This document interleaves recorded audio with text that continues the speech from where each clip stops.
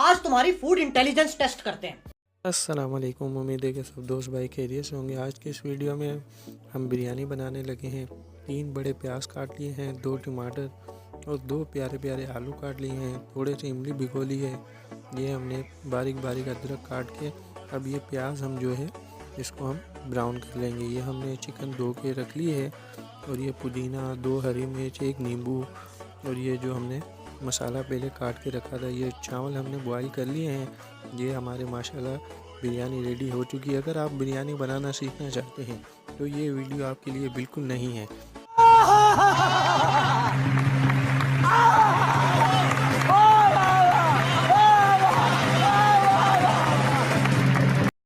मैंने खुद YouTube से देख के बनाई है, आप भी देख के बना सकते हैं।